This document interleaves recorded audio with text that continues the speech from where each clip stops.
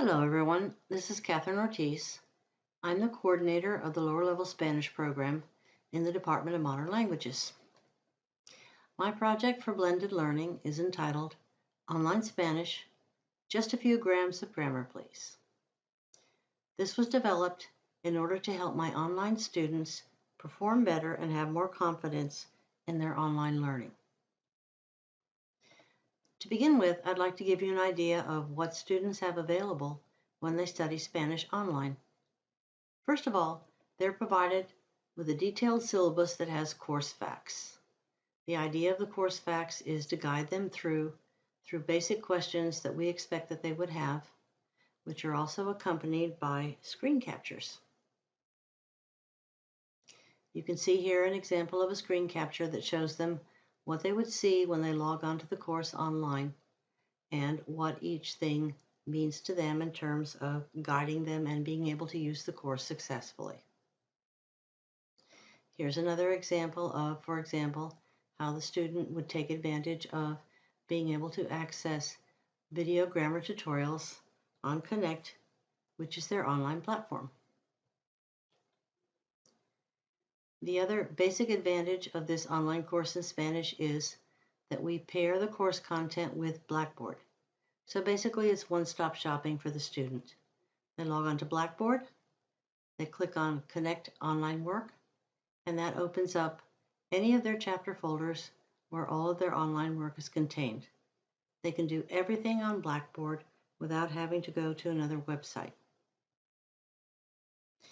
In addition to the course being on Blackboard, I also provide a study guide, grammar files, and links for each chapter in the textbook. On the right, you can see examples of files that I provide for students, starting with a comprehensive study guide and then other files that explain the exercises in their workbook lab manual, a PowerPoint, an answer key to their supplementary materials book, my own comments on common grammar errors, and finally study tips for the test. Additionally, on the right, as you can see, I also provide web links to other sites where they can get additional practice with vocabulary and grammar. So I had to ask myself, with all of this work and preparation, what's not to like? Why would students not perform at their absolute utmost with all of these facilities? But something was definitely wrong, because I was seeing poor performance, a lack of motivation, and a reluctance to use the study materials provided. So I had to ask myself, why is this happening? Why are students not performing better? Why are they not more motivated? I came to the conclusion when I began the blended learning project that apparently I was missing the human factor. They wanted something that connected the course directly to me and directly, very likely, to a classroom experience, which helped them understand things better. My solution was to create personalized custom videos. The characteristics of these videos would be 5 to 10 minutes maximum in length. Each one would have a specific focus, being either a major grammar point or tips on taking tests more efficiently. Each video would also include a self-testing feature so that students would get immediate feedback to see if they understood what I was explaining. Here are some samples of the videos that I produced in the first chapter. A few grams of grammar.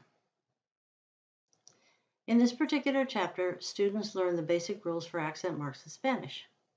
This is actually quite difficult for students, so that's why I thought it would be a good starting point. This is my main page, which I decided to personalize. Since I didn't want my talking head face in the video, I threw in a picture of myself and a funny little cartoon. I realized immediately that I would need to use slides that were very simple in terms of the amount of text on the slide. And in fact, this allowed me to give explanations which were longer than the actual text you see on the page, but which did not distract the students because they weren't actually looking at that much text at one time. so they were able to focus on my explanation, looking at a very simple outline of what I was explaining. I also decided, whenever possible, to keep things real and give them examples, if possible, humorous, of what they were learning. Here's an example of the difference in an accent mark on papa, which means dad, and the lack of an accent mark on papa, which means Pope. The final feature of each of these videos is called Test Yourself. This is to give students immediate feedback on what they've just learned. Here's an example of the accent marks. The stressed syllable in the word is in caps. The students listen to it pronounced, café, and decide if it needs an accent mark or not, based on the rules they've just learned. In this case, the answer is yes, it does need an accent mark. I provide the reason for this, in addition to just giving the answer, so that the student has reinforcement of what they've learned. Here's a sample of test tips that I provided in a second video. The test tips that you see on this page are identical to what are actually provided in a file posted on Blackboard. I took advantage of the video, however, to explain the reason in each case for the right answer, and also to explain how they might possibly get the wrong answer so that they could avoid doing that. In addition to this, at the bottom of each page, there is a little practice tip to encourage them to study elsewhere to reinforce what they've learned. The response to these videos, the first time I did them, was very, very encouraging. 95% of the students had very positive comments to make. So here are a few of them that I'm posting here. Being able to hear someone explain the rules for the accent marks differently than the book did give understanding it a new aspect. It makes learning the material easier. I thought it was good and covered all the types of questions. I really like the practice test yourself part. I like how each slide is simple, but along with a voice over gives all the information that I need to know. Sometimes there are things in the test that I don't understand, but seeing an example and having the explanation of question types was very helpful to me. I liked the video because it gave us a good understanding of what we need to study. As far as my project completion, my goals are compilation of survey results, what worked well, what needs improvement. Measuring tangible results in terms of student performance, motivation, and retention. This will include a comparison of test grades and other assessment grades before and after students had access to these videos.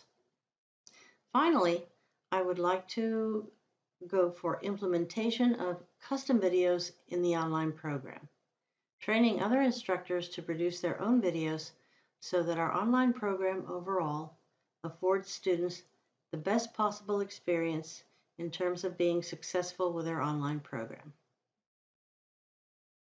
That's all for now. Hasta luego. I hope this has provided some interesting tips for those of you who teach online. That's all for now.